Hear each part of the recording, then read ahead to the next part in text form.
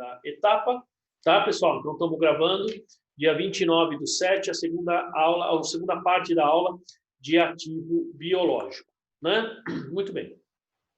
Então, vamos esperar o Marcelo entrar aqui e aí a gente já começa. Muito bem, olha só. Então, nós estávamos falando, né, aqui desses casos aqui, ó. Então, vamos lá. Nós falamos aqui de produção agrícola, falamos de ativo biológico e da transformação biológica, né? Bom, então aqui a gente tem as despesas de vendas, que também nós já falamos.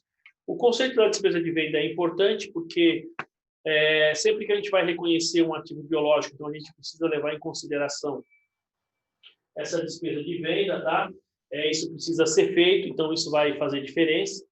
Ele precisa ser dividido em grupos de ativos biológicos. Aqui ele fala um conjunto de animais ou plantas vivas semelhantes. Então, aqui, por exemplo, nós estamos falando, então, quando é novilho, quando já é garrote, enfim, quando já depende do estágio, né, quanto tempo de vida, você vai criando esses grupos diferenciados aí.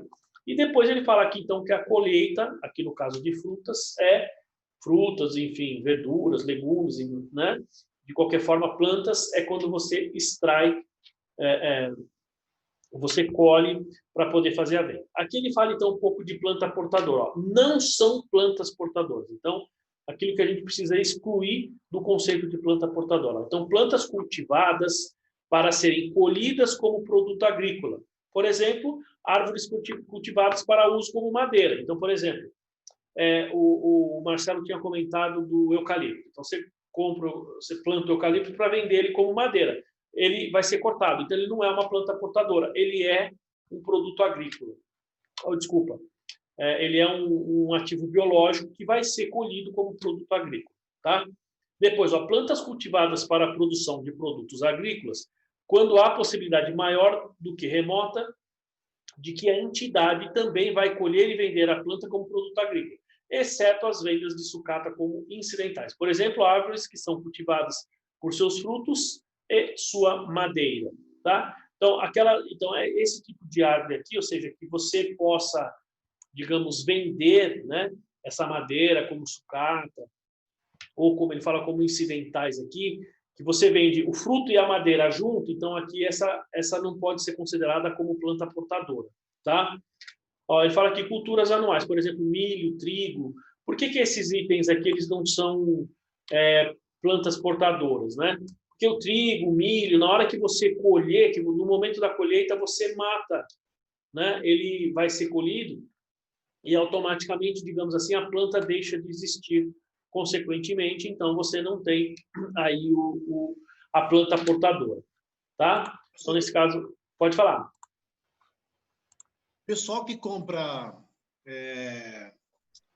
madeira para fazer carvão, quando na compra da madeira é comprado como sucata? Não, depende, Marcelo, porque, por exemplo, tem empresas que já produzem madeira para venda como carvão, madeira de reflorestamento para isso, entendeu? Então, enquanto a madeira está lá plantada, ela é ativo biológico. No momento em que você colhe, ela passa a ser estoque. Produto agrícola, né? Dentro do estoque, que é para madeira para carvão. Mas pode fazer isso aí, né? Montar uma empresa, vamos supor, você compra madeira como sucata, madeira que você rejeitada e faz carvão, né? Pode. Se você não tiver nenhum tipo, digamos, específico de carvão, porque tem carvões aí que são de melhor qualidade, né? A brasa dura mais, enfim. Tem uns que soltam muita fumaça. Então, se você não tiver, digamos, esse tipo de variação, isso não interferir no seu negócio, você pode, mas pode sim, né? Tá? Aqui a gente entra em alguns conceitos que a gente já viu, que a gente já falou. O valor contábil, né, que é o montante pelo qual um ativo é reconhecido no balanço. Então, é aquele valor que você tem registrado lá no seu balanço.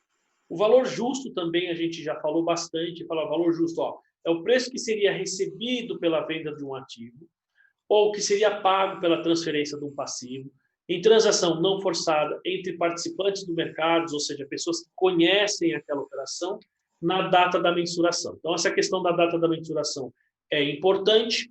Por quê? Porque você precisa, principalmente na maioria desses itens aqui de ativo biológico, você tem mercados ativos, ou seja, você tem cotação na BMF, por exemplo, né?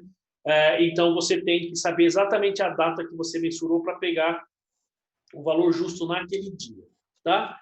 E a subvenção governamental, como a gente já falou que tem muito nesse caso, então ela é definida pelo pronunciamento lá pelo CPC 7, né? E a subvenção é quando você recebe recursos do governo para subsidiar aí alguma parte, ou seja, da produção ou parte de investimentos que você tem lá no seu negócio. Bom, então aqui ele fala, ó, atividade agrícola, então a gente entra num outro ponto. Ele diz aqui, ó, atividade agrícola compreende uma série de atividades, por exemplo, aumento de rebanho, a silvicultura, colheita anual ou constante, tem produtos que você colhe constantemente, cultivo de pomar, né? Você tem pomar lá de frutos, plantações que aí você tem ciclos específicos, floricultura, cultura aquática, enfim, tem uma série de itens aí, tá? Que vão gerar esses diferentes tipos de, como a gente diz aqui, ó, de atividade agrícola, tá? Para vocês terem uma ideia, pessoal, eu tenho um primo que ele mora em Ubatuba e a gente tem um grupo da família e todo dia pela manhã ele posta um vídeo aqui da criação de peixe dele lá em Ubatuba. Fica no mar, então um pouco afastado da costa, assim. Ele vai de barco até lá, né? Não dá para ir a nada, é longe, né?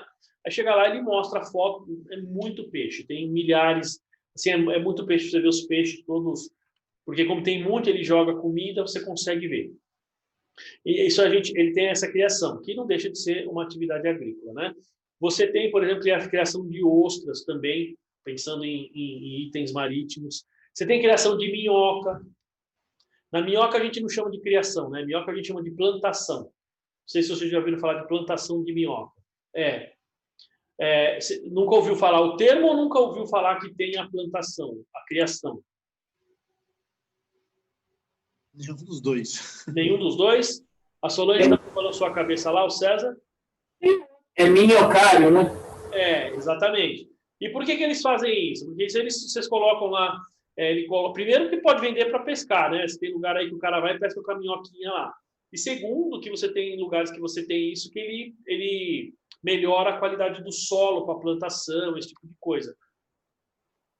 Tem também, eu já ouvi falar em criação aí, claro, tem criação de abelhas, né? A gente tem criação, inclusive, de joaninha, se eu não estou enganado. Né? Eu acho que até comentei com vocês outro dia, porque quando você tem o pulgão é uma praga, e como que você combate o pulgão? Com a joaninha. E a joaninha é o predador natural do pulgão. Então, o pulgão ele controla esse tipo de praga, e você pode comprar lá uma certa quantidade e soltar na sua produção, lá, na sua plantação. Entendeu? Eu não sei. Oi? Eu não sei nada, porque é tanta coisa diferente. E no caso de apicultura, abelha, O que tem? também é considerado como criação? Criação. Porque, assim, é que se você pensar na abelha, basicamente, você não vende... Claro, você tem duas situações. Você pode vender abelha, certo? E os produtos que ela... Os produtos da abelha, exatamente. Tá? Mas você teria todos esses procedimentos contábeis que a gente está vendo aqui. Em alguns casos, é muito específico. O caso da abelha, por exemplo, é bastante específico. O caso de minhoca, né? Casos que são mais comuns, que a gente vê com mais frequência. Por exemplo, gado. Por exemplo, no caso de plantas, a gente vê frutas. Esses itens são mais comuns, né? Galinhas, frangos são mais comuns. Agora você vai falar assim, peixe também é relativamente comum, porque tem muita criação de peixe. Mas você vai pegar, por exemplo, como eu falei, ostra. Ostra já é um pouco mais complicado. Certo? Não é todo mundo, não é? Você não tem o pesqueiro, criação de peixe, você tem num monte de lugar. Ostra não.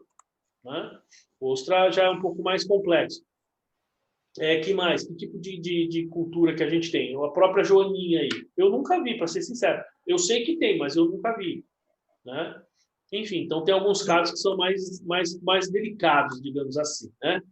Bom, oi. Pode falar. Só voltando no caso da abelha aí, eu estava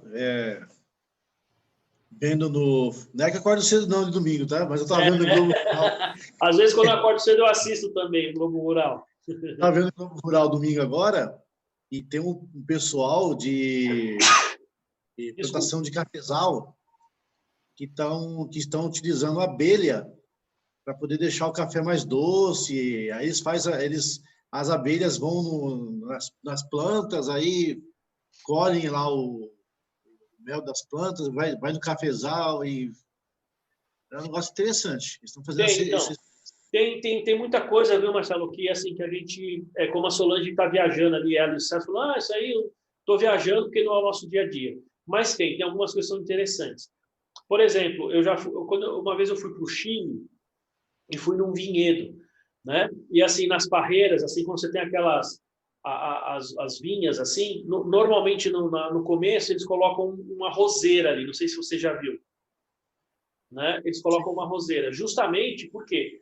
Porque, por exemplo, vamos pensar no caso da abelha ou de outros animais, outros insetos, que ao invés de eles irem para a planta lá, né, a parreira, eles vão na roseira, porque dizem que é mais saboroso para o inseto do que a parreira. Então, aquilo evita que você tenha os insetos atacando a sua plantação de uva lá, né, a sua parreira. Então, esse tipo de coisas são coisas que às vezes a gente não faz a mínima ideia, mas a hora que você vê isso lá no campo, isso é super comum, né? São coisas que são bastante comuns aí. Por isso que a gente está falando que nem a própria criação aí de minhoca, esse tipo de coisa. A gente fala assim, nem sabia que existia, mas existe. Tem bastante coisa que eles fazem, né, para poder ter melhor produção, esse tipo de coisa. E, muitas vezes, para evitar você usar muito agrotóxico, esse tipo de coisa. Até eu queria fazer uma pergunta para o professor agora. Estava vendo que o pessoal está fazendo isso mesmo, porque planta, eles plantam o café, por exemplo, e planta mato, né? Sei lá, um tipo de mato para poder, se a bactéria pegar, vai no mato, não no café. Essa plantação de outras plantas que não sejam café, ela é reconhecida também ou entra direto para a despesa? É uma boa pergunta. Uma boa pergunta. Vou te responder aqui baseado, né? Eu acho que seria despesa. Sabe porque eles não vão utilizar ela para venda, né? Exato, porque aquilo primeiro vai se perder no processo lá, primeira coisa. Bom, vamos supor, se a planta está em desenvolvimento, então você está no processo de custo, então isso poderia ser como se fosse custo, poderia ser classificado como custo, né? Certo. Boa noite, Rafael, tudo bem? Agora, se você tem... É mais próximo do custo, então. Oi? Poderia ser um componente do custo. Agora, vamos supor que a planta, ela já está formada, ela já está em produção. Então, você não tem mais custo do ativo. Você vai ter o custo da produção. Então, aquilo entraria no custo da produção, mas não mais no custo do ativo biológico. Certo. Entendeu? É mais ou menos assim que deveria ser. Como eu disse, então, se a planta está se desenvolvendo, ela ainda não está no ponto de colheita, tá? Então, ali seria custo digamos, de elaboração desse ativo. Se ele já está já está em processo ou pronto para uso, vamos usar esse termo, então você não tem mais como agregar custo ali. Então, eu entendo que ali seria despesa. Agora, se ele está, vamos supor, você plantou aquilo para aquela colheita, aquela safra, então aí seria o custo da safra, compõe o custo da safra. Tá? Uhum. Bom, então aqui, as características comuns, né, que a gente tem dentro de uma atividade agrícola. Então, capacidade de mudança, como a gente já falou aí logo no início. Animais e plantas são capazes de transformações biológicas. Por quê? Porque ele cresce, ele se desenvolve, ele vai florescer, ele vai morrer, enfim, às vezes ele está meio ruim, você vai lá, dá um tratamento, ele melhora. Então, ou seja, ele tem uma capacidade de mudança. Outra coisa, a atividade agrícola, então, gerencia essa mudança. Tá? O gerenciamento facilita a transformação biológica, promovendo ou, pelo menos, estabilizando as condições necessárias para que o processo ocorra. Por exemplo, nível de nutrientes, umidade, temperatura, fertilidade, luz. Então, tudo isso vai fazer diferença no seu desenvolvimento biológico. Por exemplo, quando você planta a uva lá, a parreira, chega um certo momento da planta que você tem que fazer um enxerto nessa planta. Você vai cortar um pedacinho dela e coloca outra. Por quê? Porque aí você está controlando o tipo de uva, né? Digamos assim, se vai ficar mais doce ou menos doce o tipo de uva, tá? Por exemplo, quando você tem lá um vinho do Porto, por exemplo, é muito comum, né? Como que vocês... O vinho do Porto ele é bastante adocicado, né? É um vinho mais adocicado, é um vinho mais apropriado para você tomar com sobremesa, normalmente. Não é um vinho para você tomar junto com o alimento, com a carne, por exemplo. Para carne, vinhos tintos, peixes, tal, vinhos brancos, em alguns casos, vinhos verdes, né? Muito bem. Os vinhos mais adocicados, principalmente os do Porto, são mais aconselháveis para tomar com sobremesa. Então, você está ali, né? Você tem o sorvetinho, o vinhozinho ali que é bem doce. Muito bem. Agora, como que você tem um vinho do Porto que é bem adocicado? Muita gente não gosta, é um vinho bem docinho. Como é que os vinhos ficam doces? Não sabe, Daniel? Marcelo? Não sabe, Cesar? Luciana? O Rafa? Faço ideia. Outra coisa. Vou fazer uma pergunta para os crentes aí, hein? O vinho na época de Jesus tinha álcool ou não? Essa pergunta é boa, hein? Acho que não. Não? Sim, sei lá. Ele Processo de fermentação natural, sei lá, alguma coisa assim. a própria fermentação dele falou? deixa um pouquinho alcoólico, né? Não entendi. A própria fermentação dele já deixa ele um pouco... Na verdade, eu já ouvi várias pessoas dizendo que na época de Cristo o vinho não tinha álcool, o vinho era diferente. Não, mas não é não. Tinha álcool, sim. Tanto é que vale falar aqui da palavra que a Bíblia ela não condena você beber, né? Ela condena a embriaguez. Tanto é que eles falam assim, você bebe, mas não como é que se diz? Não se embriague.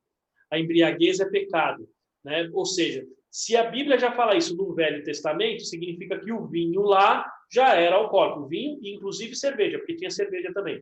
Já era produzido por conta da fermentação natural, né? Mas o que é mais tratado é a questão do vinho. Muito bem, então... E tem pessoas que querem santificar tudo, aí santifica o vinho também.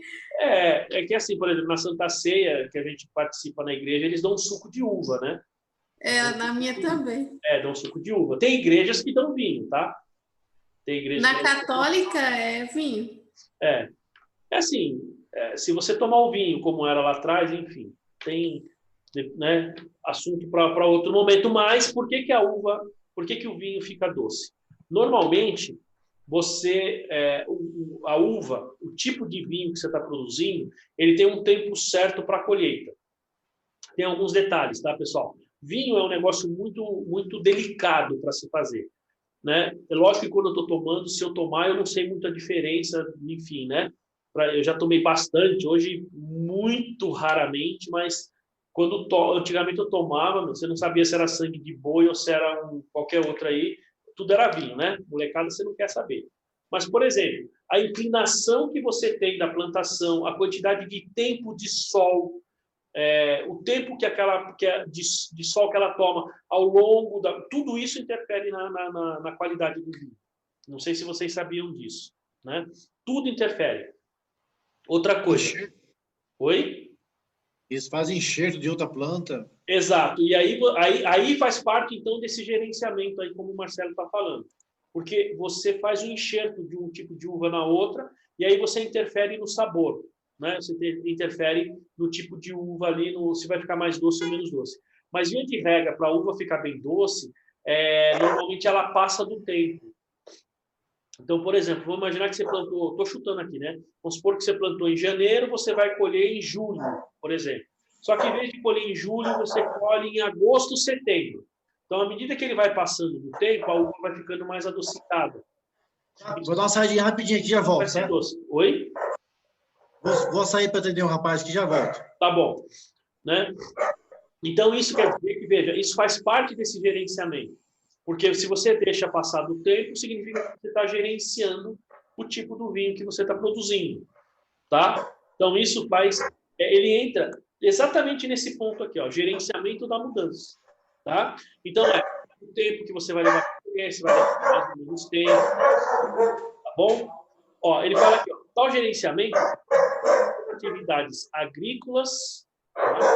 As atividades agrícolas, peraí.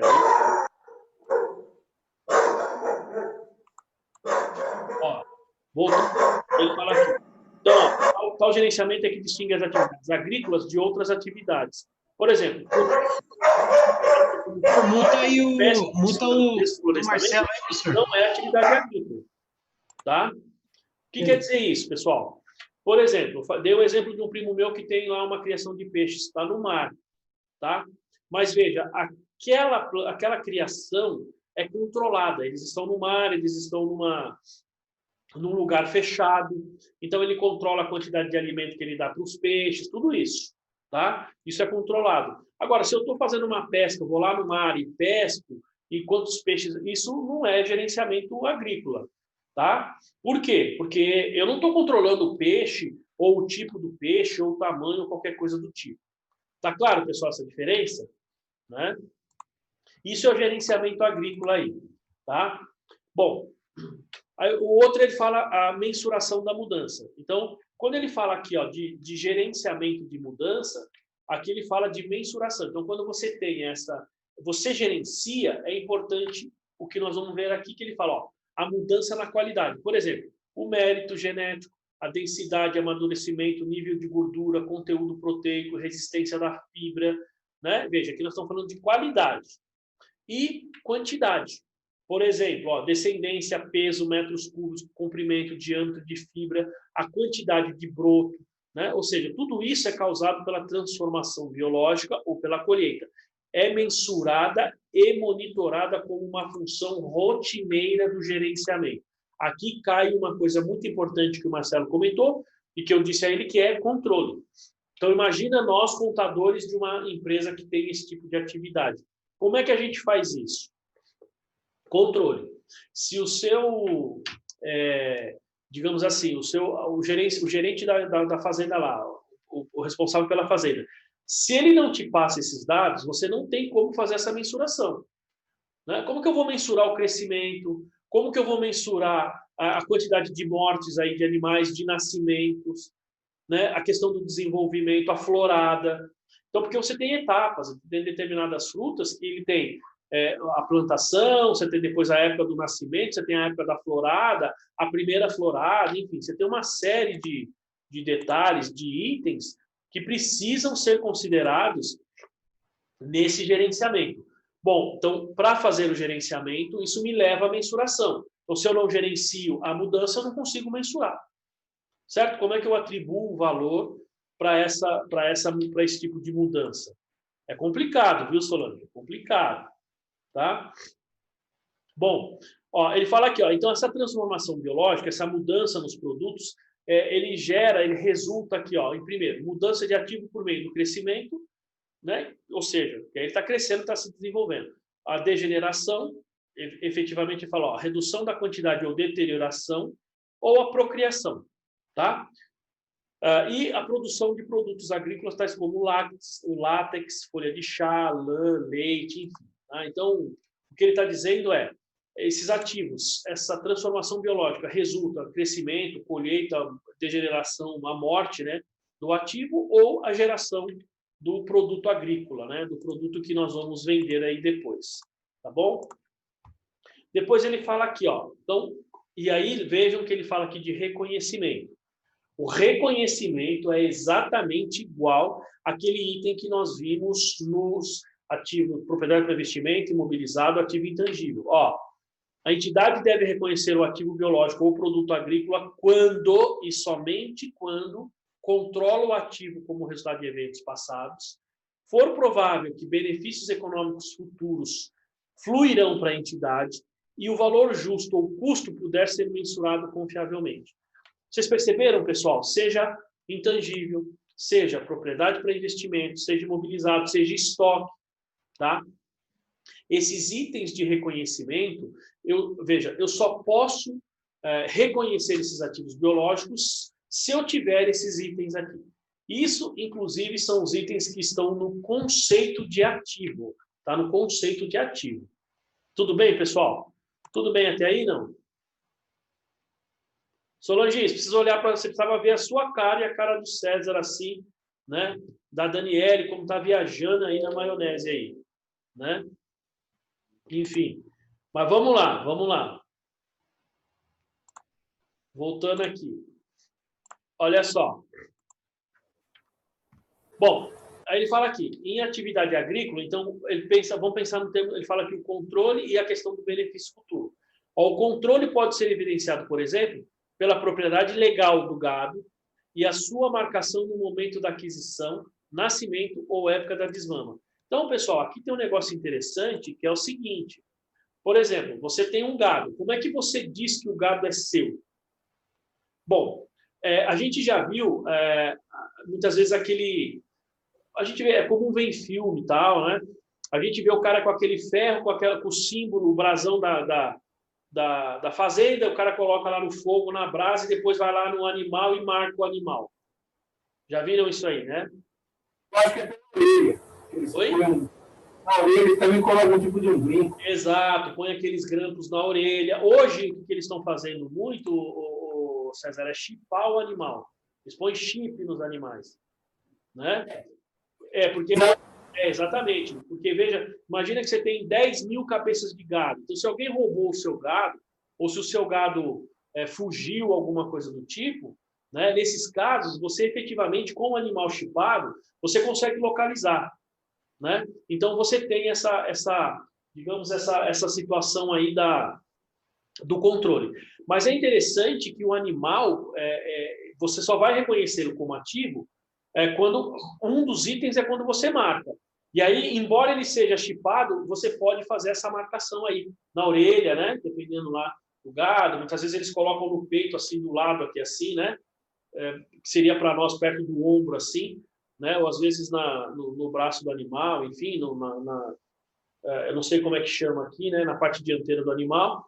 E aí eles vão fazer essa marcação. Esse é um dos momentos, então, que nós temos aí digamos assim, o efeito do controle.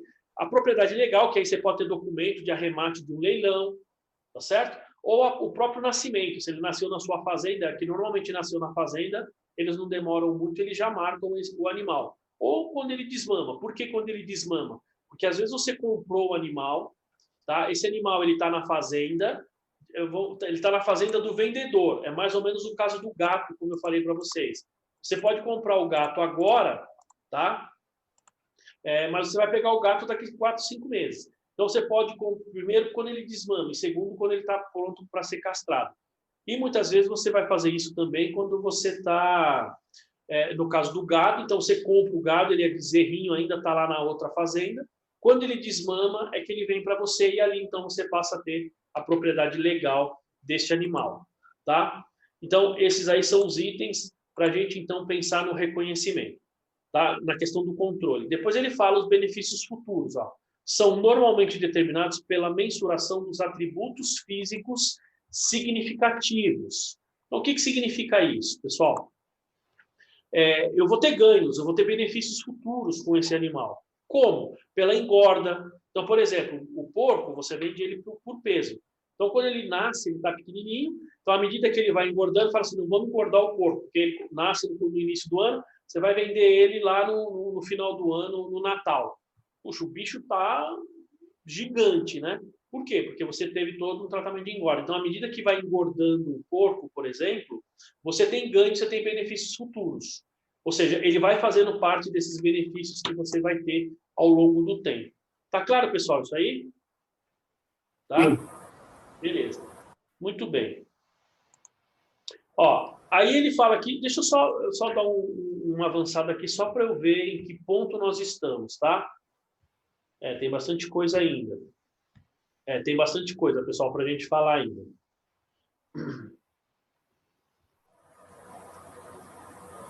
Aqui, nós estamos aqui, é isso? Bom, Aqui, ó, a gente vai falar, por exemplo, dessa questão da mensuração aqui, tá? Ó, o ativo biológico, pessoal, ele fala deve ser mensurado ao valor justo, menos as despesas de venda no momento do reconhecimento inicial e no final de cada período de competência, exceto para os casos em que o valor justo não possa ser mensurado de forma confiável. Aqui, pessoal, tem um ponto que eu vou ser sincero com vocês, ainda estou um pouco na dúvida. Ele fala, ó, o ativo biológico deve ser mensurado ao valor justo, menos as despesas de venda no momento do reconhecimento inicial. Então, o que significa isso? Imagina que você comprou um animal por 10 mil reais, tá? Você pagou nele 10 mil reais. Olha que interessante. Mais o valor justo dele, tá? Digamos assim, você pagou 10 mil reais. Só que o valor justo dele é, sei lá, 12 mil. Ó, você pagou... Ó, vou dar um exemplo mais simples primeiro, para ficar mais fácil. Imagina que você tem um animal que você pagou 10 mil, e 10 mil é o valor justo. Porque se você está pagando 10 mil, tecnicamente é o valor justo, tá certo? Daquele animal. Beleza? É o valor que você está disposto a pagar, a pessoa está disposta a vender. Muito bem. Só que se você fosse vender aquele animal naquele momento, você teria, sei lá, gastos de 2 mil reais de despesas de vendas. Olha que interessante. Você pagou 2 mil reais, desculpa, 10 mil reais, mas se você fosse estimar despesas de vendas naquele momento, tá? Então essas despesas seriam 2 mil reais. Então eu tenho o custo de aquisição lá pelo valor justo de 10 mil, mas eu tenho as minhas despesas de vendas no valor de 2 mil. Pergunto, qual é o valor do meu animal que eu vou lançar na minha contabilidade? 10 mil ou 8 mil? Quanto vocês acham? 10 mil. Não, estou na dúvida.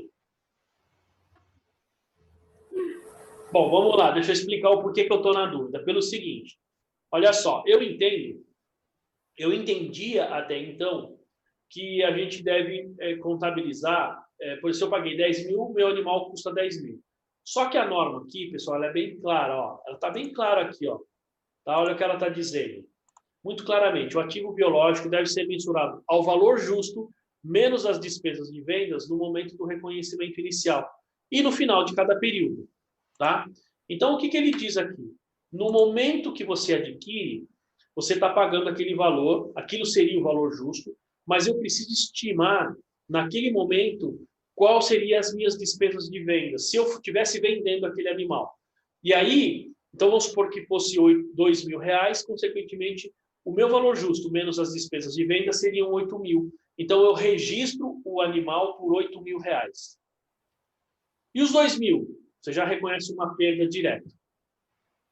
Bom, esse é o procedimento. Inicialmente, Solange, eu estava pensando igual você. Paguei 10 mil, reconheço por 10 mil.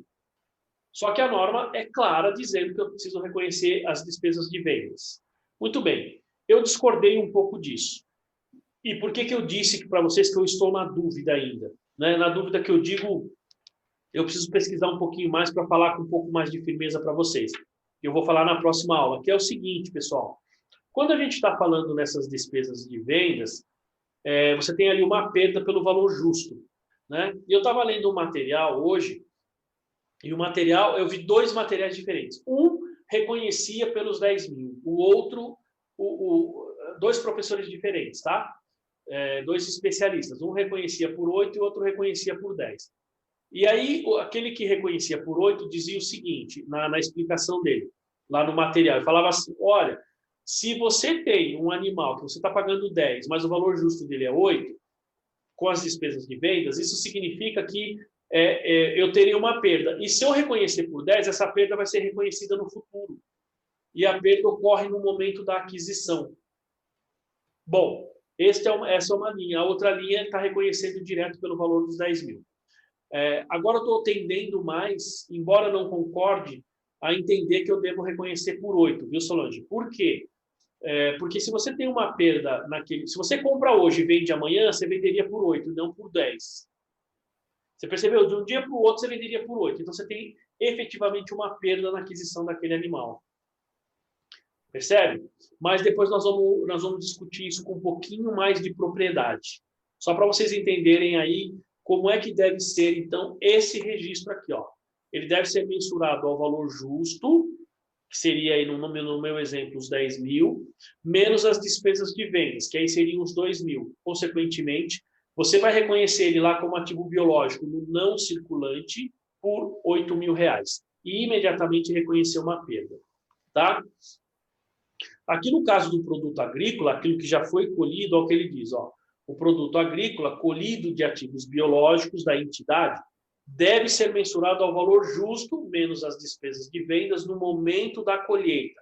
Pessoal, preste muita atenção nesse ponto aqui. O valor assim atribuído representa o custo no momento da aplicação do CPC 16 estoque. Ficou claro isso aí para vocês? Não, esse tópico? Ou seja, eu tenho lá, digamos, laranja, tá? Então, ele é ativo biológico, ela está na laranjeira. Eu fui lá e colhi essa laranja. No momento da colheita, eu preciso medir. Veja, no momento da colheita, ele passa a ser estoque, certo? Ele deixa de ser ativo biológico, passa a ser estoque. Tá claro? Beleza? Muito bem. Mas, se eu plantei as laranjas, qual o valor que eu devo registrar como custo de aquisição no meu estoque? Qual o valor que eu devo fazer o reconhecimento? Bom, o valor que eu devo reconhecer é justamente o valor justo, a última mensuração do valor justo. E aqui reforça algo que nós falamos lá no início, pessoal. Nós falamos o seguinte, olha, se eu tenho um ativo biológico, eu preciso saber o momento da colheita, porque na data da colheita você precisa medir o valor justo. A medição do valor justo na data da colheita é igual ao custo que você dá entrada no seu estoque. Ficou claro isso aí, não? Fala, Solange. É que a gente não esse tópico, porque eu já tinha desistido já. Oi? Professor, é a soma dos custos, então? Não é a soma dos custos. Vamos lá. Você tem o seu ativo, você tem a mensuração do valor justo, certo? O valor justo, veja só. Você teria a seguinte situação. Vamos lá. Depois que a sua planta ela já está produzindo, Marcelo, né? Vamos lá, isso é a planta portadora. O ativo biológico, vamos pegar a laranja como exemplo. Então, a laranja, ela vai ter o valor justo. Por que a gente fala? Então, você tem a laranja no momento da florada, você tem a laranja quando ela está com, sei lá, 3 meses, 2 meses, 5 meses, entendeu? Então, e o tipo da laranja. Então, isso vai interferir no valor justo da laranja. Porque, por exemplo, se eu vendo uma laranja na flor, é só a flor da laranja, será que tem mercado para isso? Talvez não. Não sei, tá? Mas vamos imaginar que não tem.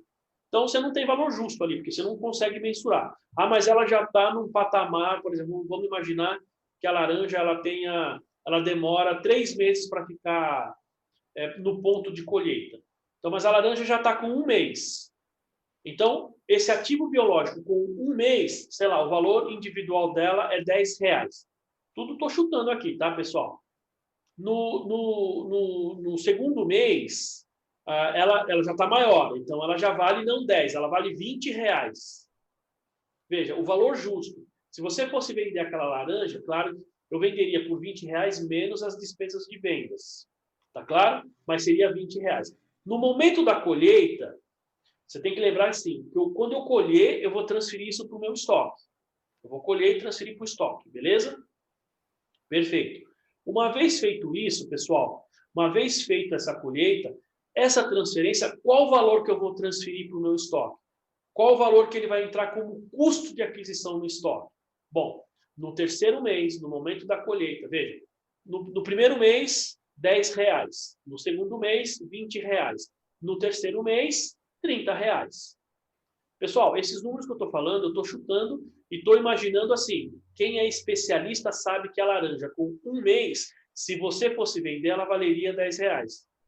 A laranja com 2 meses, claro que eu estou chutando, é só para vocês entenderem o processo. Não sei se estou sendo claro, pessoal.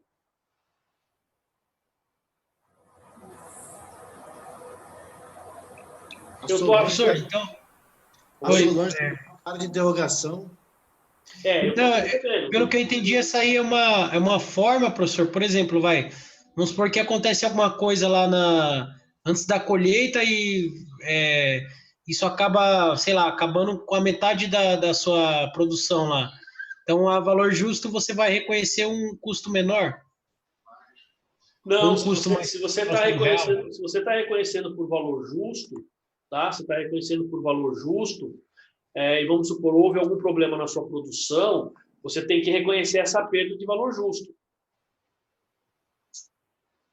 Entendeu? Ó, vamos pegar a laranja no primeiro estágio, ela está custando R$10, tá? No segundo estágio, ou seja, você vai medir o valor justo dela no segundo mês. Ela já está num ponto que, se você fosse vender, você venderia por R$20. Veja que o valor justo aumentou. Você teve um ganho, não teve? Não teve, Rafa? Sim, sim. Não. Só que assim, entre o segundo mês e o terceiro mês, vamos supor que o terceiro mês você colheria essa laranja. Então você teve lá... Só que aí aconteceu lá sei lá, teve uma praga aí, teve algum problema lá na plantação da laranja, e aquela laranja, ela não atingiu o estágio de crescimento que deveria atingir.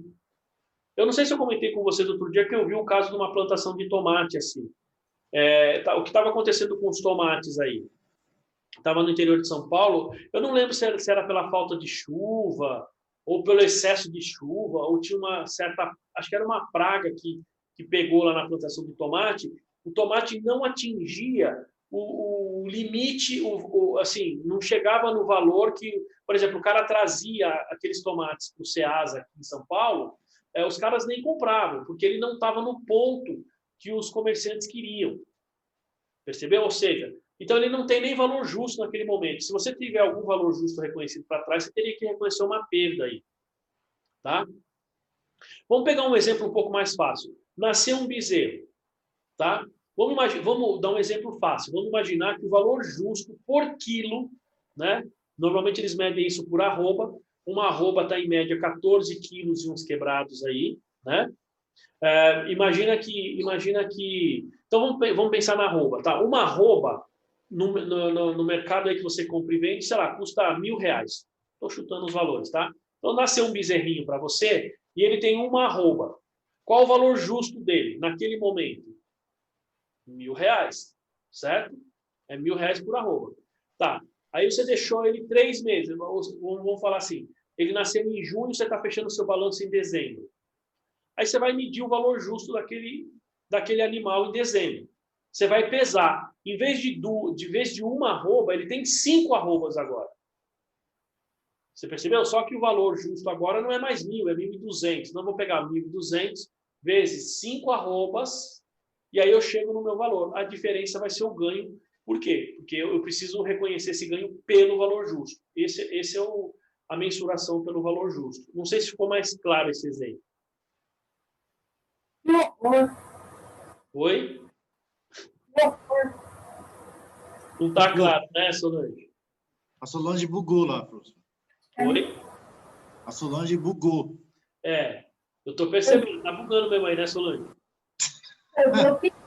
Eu não consigo...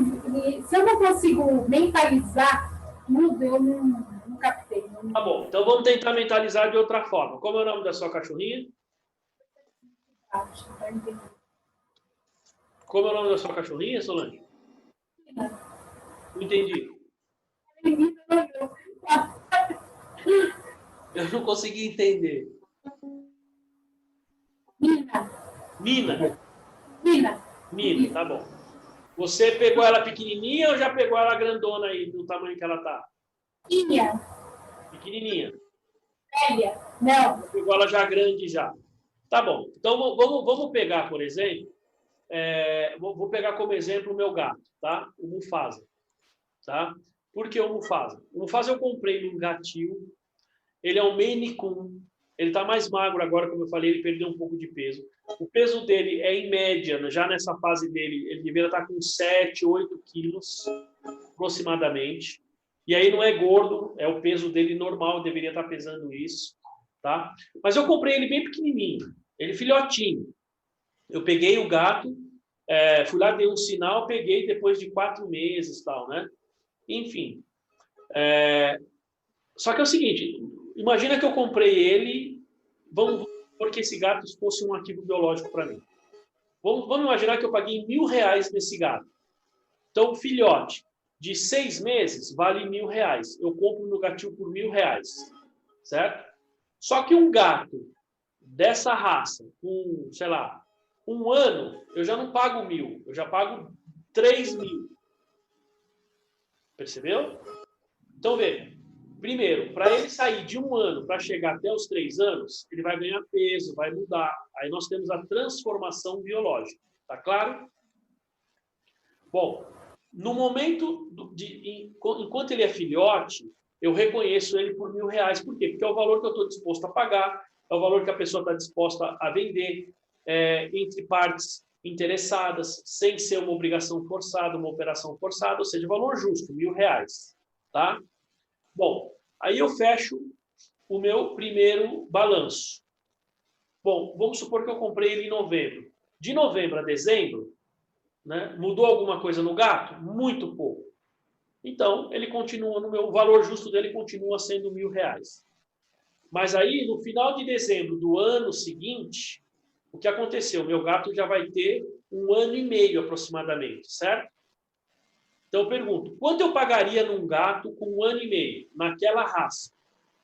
Ah, eu pagaria, em vez de 1.000, lá na aquisição, eu pagaria 1.500. Veja, eu não estou vendendo gato, mas eu preciso reconhecer o valor justo desse animal lá no ganho ou a perda, porque às vezes ele pode perder, tá? É como o Rafael tinha falado, se pegou uma praga na plantação, reduz o valor, então você tem uma perda. Então, nesse caso, o meu gato ele estaria valendo lá no final. É que eu não gosto de usar muito o termo valer, porque o valer nos remete a valor de mercado. E aqui ele fala valor justo, né? Então, quando chegou lá no final do outro exercício, eu vou ter o gato vai estar valendo 1.500. No final do terceiro ano, ele vai estar valendo R$3.000. Percebe? Então, eu vou ter que ir reconhecendo esses ganhos ao longo do tempo. Por quê? Porque eu tenho que reconhecer pelo valor justo. Tá claro isso aí, não? Não sei se ficou mais claro, senhor. Isso é no estoque. Ah, não, porque é um ativo biológico, porque não é estoque. Não, depende. Ele pode ser no estoque também. Assim, se ele for um gato para venda, então, assim, ele vai ser um ativo biológico lá no circulante, certo? Você tem a intenção de vender, mas você tem o valor justo até o momento da venda, até o momento que ele está pronto para venda. Fala assim, eu vou ver, agora ele está pronto para venda. E aí ele passa a ser, você não passa mais a ter o valor justo, mas até lá reconhecendo como valor justo. Não sei se ficou claro agora, no exemplo do gato. Então, pensa isso, por exemplo, no abacate. Então, você tem um abacate quando ele está ali bem pequenininho. O abacate com, sei lá, 3 meses, entendeu? Você tem esse desenvolvimento. É lógico que em algumas frutas, esse desenvolvimento é muito rápido. Tá? Mas pega num elefante. Quanto tempo entre o filhotinho do elefante e um elefante adulto? Entendeu? Vamos supor que você tem uma empresa lá na Indonésia, lá nesses lugares aí no Oriente, que você use o elefante como sua força de trabalho, por exemplo. Então, você tem ali um ativo biológico. Então, entre ele ser filhote e ser um elefante adulto, você tem que ir medindo o valor justo ao longo do tempo, pelo desenvolvimento dele. Não sei se ficou claro, pessoal. Não ficou muito claro, né? Vamos adiante, né? Evoluir. É muito complexo, professor. É difícil de entender mesmo. Né? Eu estou achando que vocês estão bugando aí.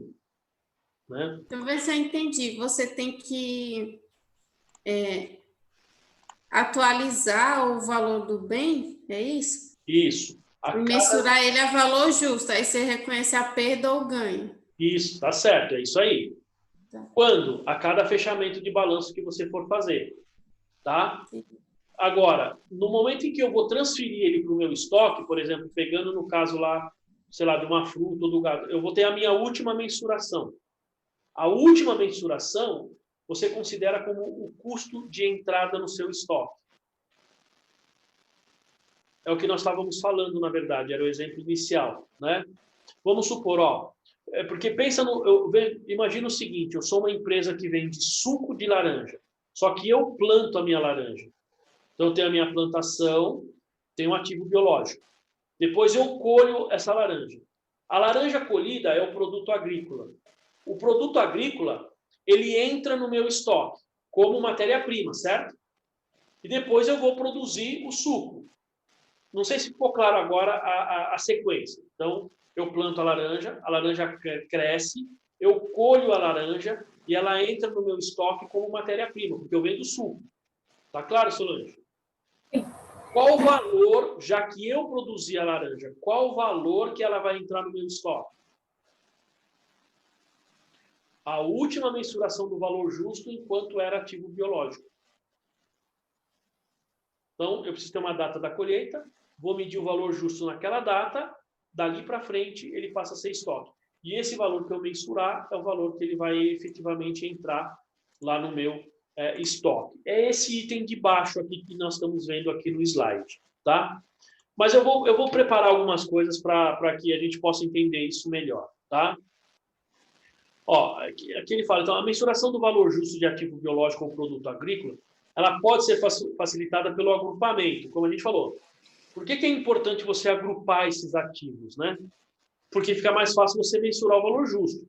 Ó, conforme os atributos significativos reconhecidos no mercado em que os preços são baseados. Por exemplo, a idade, a qualidade, né, o tamanho, o peso. Então, por exemplo, eu estava olhando um exemplo de contabilização de ativo biológico, ele tem lá, ativo biológico bezerro. Ou seja, então, se eu tiver 50 bezerros, eles estão registrados ali. Aí, depois de um certo tempo, ele deixa de ser bezerro, um certo peso, ele passa a ser garrote. Então, aí eu credito a conta de bezerro e debito a conta de garrote. E a mesma coisa eu vou fazendo com o valor justo. Então, veja que eu vou transferindo. Por que isso? Porque eu vou medindo o valor justo por tipos de animais ou plantas, ou pela qualidade deles. Tá? Bom, ó, aí fala que a entidade deve identificar os atributos que correspondem aos atributos usados no mercado como base para a fixação de preço. Por exemplo, o gado é peso, se é para compra e venda, é peso, mas também a raça. Então, você tem, por exemplo, o porco, você vai comprar o porco por quilo, por peso.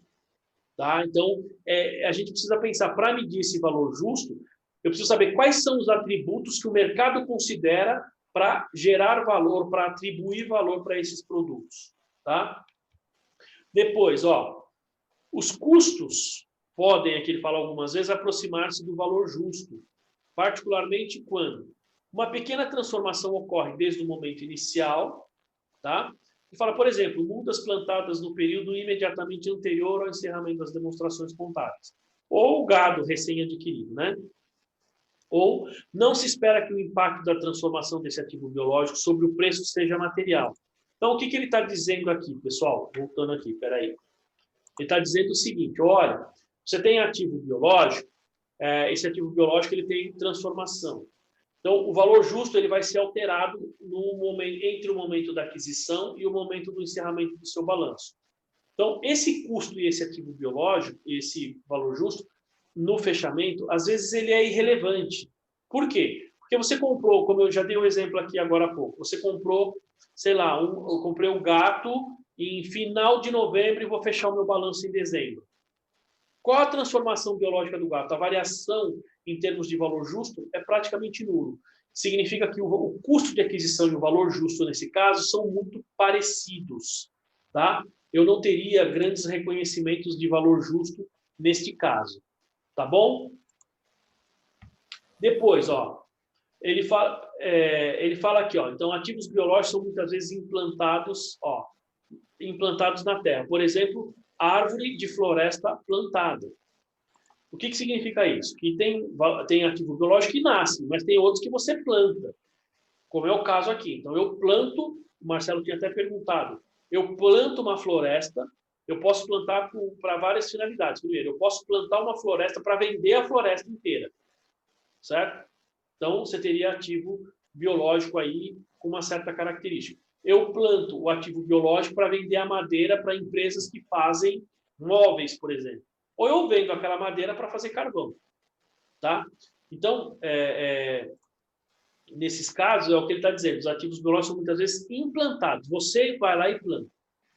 Ele fala aqui, ó, pode não existir mercado separado para os referidos ativos, mas pode existir mercados para ativo, o mercado ativo para a combinação deles. Isto é, para ativos biológicos, terra nua e terra com melhoria como um conjunto.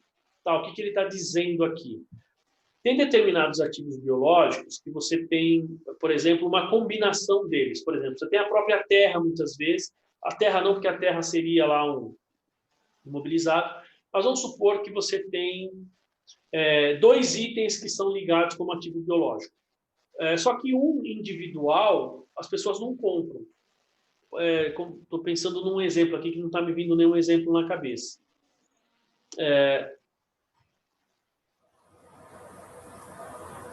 Eu não estou conseguindo visualizar um exemplo aqui agora. Mas, por exemplo, eu tenho 2 ativos biológicos, assim, eu tenho um ativo biológico que pode ser dividido em 2. Eu posso ter 2 produtos agrícolas, por exemplo, tá? Só que o ideal é os 2 em conjunto, vender os 2 em conjunto, tá? Eles estariam ligados, ó, o que ele fala. Ó. Então, eu posso não ter mercado para um tipo de ativo biológico, mas esse ativo biológico, em conjunto com o outro, eu tenho mercado, tá? Então, nesse caso aí, a gente poderia pensar em termos de reconhecimento e mensuração, a combinação desses ativos biológicos, tá? Porque pode não existir mercado separado, mas pode existir mercado ativo para a combinação deles. Isto é, para os ativos biológicos. Ele fala terra nua e terra com melhoria como um conjunto. É porque ele está falando aqui ativos biológicos muitas vezes implantados na terra. Então, esse item de baixo, ele está usando como exemplo ali a implantação desse ativo na terra. Tá? Mas, assim, 2 ativos biológicos, ou melhor, digamos assim, um ativo biológico em combinação com o outro. Um deles não teria mercado sem o outro. Consequentemente, eu teria, então, nesse caso, o mercado para os 2 em conjunto. E aí eu preciso mensurar o valor justo desses 2 em conjunto. Tá? E para isso ele fala que a entidade pode usar informações sobre ativos combinados para mensurar o valor justo do ativo biológico. É o que a gente está falando aqui. Eu combino os 2 ativos num só e vendo como se fosse um ativo só. Aqui, pessoal, ó, ele fala aqui, ó, por exemplo, o valor justo da terra nua e da terra com melhorias pode ser deduzido do valor justo dos ativos combinados, visando obter o valor justo do ativo biológico. Tá? É como se eu tivesse aqui, pessoal, pegando o ativo A mais ativo B e pensando no conceito de unidade mínima geradora de caixa. Ou seja, como a gente falou ontem, né? Eu vou vender uma farmácia, por exemplo, que gera o benefício dentro de uma farmácia. São as gôndolas, são os computadores ou a combinação deles? Então, nesse ponto aqui, o que ele está dizendo é, olha, vamos combinar os 2 ativos e aí a gente consegue, então, gerar esse ativo biológico aí. Tá? Mensurar esse ativo biológico em conjunto. Bom, pessoal, aqui a gente vai entrar em ganhos e perdas, tá? Mas eu vou dar uma sugestão para vocês, se vocês me permitem. Faltam 18 minutos, tá? Mas eu vou sugerir a gente parar por aqui. Porque senão corta. Não é só por isso, César. Sabe por quê? A gente poderia continuar. Mas, assim, vocês estão com dúvidas. Vocês estão com muitas dúvidas. Né? A Daniele está ali, né? A Solange, então, estou até chateado. Né? Eu estou com sono. Não, é porque é muito teórico aqui. Esse ponto nós estamos falando muito teoria. Se eu continuar avançando, a gente vai receber mais informações. Eu já estou sentindo que vocês já estão cansados e a absorção vai ser muito baixa. Já está baixa, mas vai ser pior ainda. Podemos fazer isso? Vocês querem? E daqui a gente finaliza, então, no próximo sábado. A gente inicia com esse material, finaliza, e aí na próxima... Aí depois a gente continua com a resolução dos exercícios do imobilizado. Ah, beleza. Para outro sábado, então, né? A resolução. Não, no sábado agora, né? Não é nem pela resolução, mas para ficar mais fixo esse conteúdo de hoje, né? Tá, Você acha, então, até meio-dia, ou até meio-dia, até a hora do intervalo, a gente explica direitinho o conteúdo, depois do intervalo volta com a resolução? Porque a ideia é terminar essa parte teórica, né, do ativo intangível, do ativo biológico aqui, que não está faltando tanto assim, né? Mas a gente finalizaria, se for até a hora do intervalo. Depois do intervalo, a gente começa a resolução do imobilizado, dos exercícios. Essa seria a ideia. Beleza. A dúvida é que ele não sabe nem formular a dúvida dele. Como é que é? Ele falou que está ganhando tanto que ele não sabe nem formular a dúvida dele. Exato. Então, é por isso que eu queria dar um break aqui, parar, depois a gente retoma. Aí no sábado eu volto um pouquinho, falo um pouquinho e dou alguns exemplos. Eu vou ver se eu mudo os slides aqui, ou se eu pego alguns exemplos mais práticos aqui.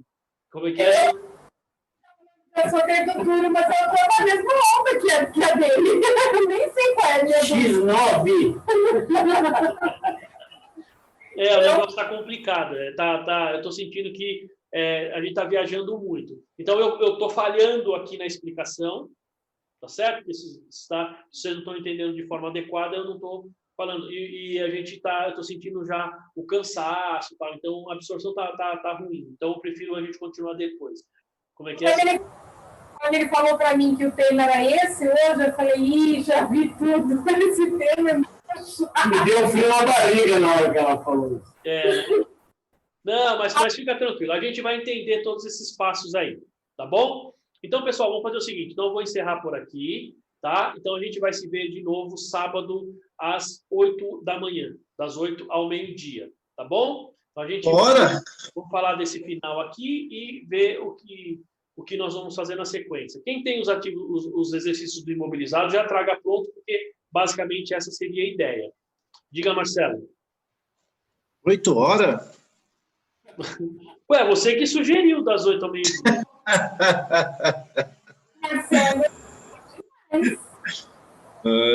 Tá bom, pessoal? Ó, Daniele, para você, ó. Olha lá, ó. Aí sim, olha lá, tá vendo? Eu tava pegando isso aqui agora. Aí. Você comprou agora? Não, o luthier veio me trazer para mim. E você não tinha o seu já? Não, eu tenho uns 10 aqui em casa. Ô Marcelo, eu vou comprar o meu mês que vem. Quando a gente se encontrar aqui, no presencial, aí você leva lá pra gente ouvir. Devia tocar uma palhinha agora aí, né? Também. Eu tô devendo a música com o Rafael. O Rafael leva o violão e eu levo. Pois é, verdade. Bom, pessoal, eu vou encerrar aqui, então eu vou parar a gravação. Aí, se a gente quiser, a gente pode ficar, mas vou encerrar a gravação aqui, tá bom?